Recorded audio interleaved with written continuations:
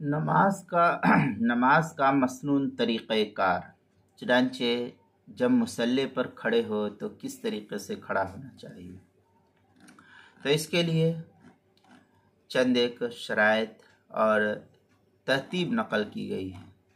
जब मुसल्ले पर खड़े हों तो पहला काम, नमाज शुरू करने से पहले मुकम्मल खुशू के साथ दरबार खुदावंदी में हाजिरी देने का तसव्वुर करें और दुनियावी वसाविस और ख्यालात को दिल से निकाल देना चाहिए। ये बहस जो है मजमुअल अनहुर की पहली जिल्द सफ़ा 137 पर नकल की गई है, जो मकतबा फ़क़ीह उम्मत देवबंद का छपा हुआ नुस्खा है। दूसरे ये कि चेहरा और सीना किबले की तरफ मुकम्मल होना चाहिए। हम जो ही खड़े होते हैं इस तरीके से नमाज के लिए, तो हमारा चेहरा भी जो है सामने किबले की तरफ होनी चाहिए और हमारा सीना भी जो है उसी की तरफ होना चाहिए। ये बहस दुर्र मुख्तार जो ज़करिया बुक डिपो देवबंद का हिंदी नुस्खा उसकी दूसरी जिल्द सफ़ा 108 पर नकल किया गया है। नंबर 3, सीधे खड़े हों, सर या कमर को झुका कर ना रखे। बाज़ लोगों को देखते कि इस तरीके से वो नमाज पढ़ते इस तरीके से, तो ये ठीक नहीं है, बल्कि कमर और सर बिल्कुल सीधा स्ट्रेट रखे। इस तरीके से पूरा सीधा होना चाहिए, कमर झुकी हुई ना हो। किसी की मजबूरी है तो अलग अलग हुक्म है, लेकिन आम तौर पर जो लोग ठीक ठाक है, सही सालिम है, सेहतमंद तंदुरुस्त है, उनके लिए ये हुक्म है कि कमर और सर को ना झुकाए। ये बहस फतावा शामी जो ज़करिया बुक डिपो देवबंद का हिंदी नुस्खा उसकी दूसरी जिल्द सफ़ा 131 पर नकल की गई है। चौथे कि पाँव की उंगलियां भी किबला रुख रखने की कोशिश करें, इनका रुख दाएं बाएं ना होने पाए। ये तफसील हलबी कबीरी सफ़ा 315 पर इसको नकल किया। बाज़ लोगों को देखता हूँ कि जब खड़े होते हैं तो पाँव को ऐसा टेढ़ा कर लेते हैं, या ये कि ऐसा कर लेते हैं कि अगला हिस्सा उंगली का जो है ये इस तरीके से फैल जाता है, और पिछला और पीछे बसा औकात किसी को देखता हो कि पीछे की जानिब से ऐसा फैला लेते। तो ये ना ऐसा होना चाहिए ना ऐसा होना चाहिए, बल्कि बिल्कुल सीध में होना चाहिए कि हमारी उंगलियां जो है बराबर किबले की तरफ इस तरीके से हो, ना ही इधर मुड़ने पाए ना ही ऐसे घूमने पाए। तो इस तरीके से इसका खास ख्याल रखना चाहिए। नंबर 5, मर्द हजरात दोनों पैर मिलाकर ना रखें। इस तरीके से दोनों पैर को मिलाकर के ना रखें, बल्कि उनके दरमियान अगर कोई उज़्र ना हो तो बेहतर है कि 4 उंगल का फासला होना चाहिए। इस तरीके की सब जब हम खड़े होते हैं तो आमतौर पर इस कदम और इस कदम दोनों के दरमियान कम से कम 4 उंगल का फासला होना चाहिए।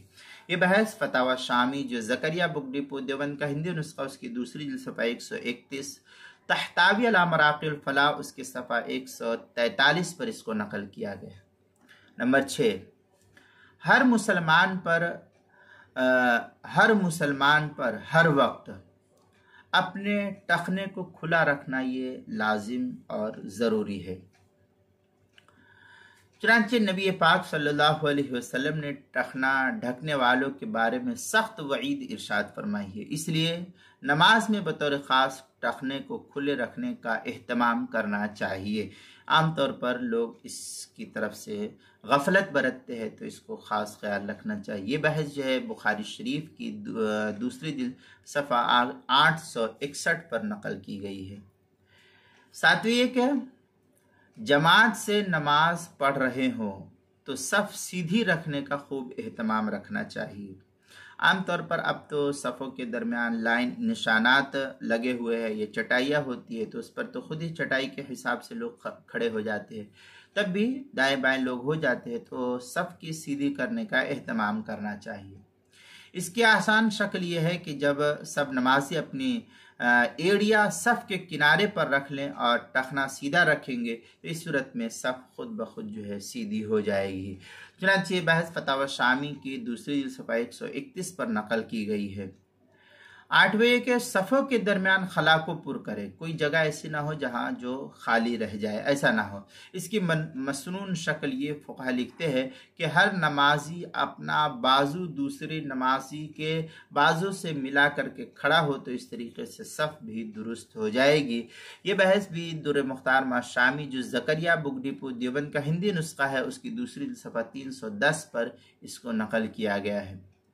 नंबर 9, नमाज की हयात और लिबास बावकार होना चाहिए, एहतराम वाला होना चाहिए। नंगे सर नमाज पढ़ना, कोहनियाँ खोलकर आमतौर पर हम देखते हैं कि लोग टोपी नहीं पहनते या एक टी शर्ट में नमाज पढ़ते हैं, तो ये सब चीज़ें जो है दुरुस्त नहीं है। कोहनियाँ खोलकर नमाज पढ़ना या इसी तरीके से ऐसे बदनुमा कपड़े पहन करके या गंदे संदे कपड़े पहन करके नमाज पढ़ना, ये बारगाह खुदावंदी की आदाब के ख़िलाफ़ है, इसलिए इसका ख़ास ख्याल रखना चाहिए। चुनांचे ये बहस भी नकल की गई है कश्फुल गुम्मा उसके अंदर। मैं अभी आगे तफसील बतलाता हूँ। चुनांचे शेख अब्दुल वहाब अश्शअरानी रहमतुल्लाह अलैह लिखते काना रसूलुल्लाह सल्लल्लाहु अलैहि वसल्लम यअमुरु बिसत्र रअस फी सला बिल अमामा अविल क़लंसुआ। इस तरीके की इबारत है वयनहा अन कश्फि रअस फी सलाह। ये कश्फुल गुम्मा की पहली सफ़ा 87 दुर्र मुख्तार माशामी जो ज़करिया बुगडीपुर देवबंद का हिंदी नुस्खा है उसकी दूसरी सफ़ा 407 पर भी इसको नकल किया गया है। किताबुल मसाइल उसकी पहली सफ़ा 354 और 355 पर भी इसको नकल किया गया है, वहाँ भी देख सकते हैं।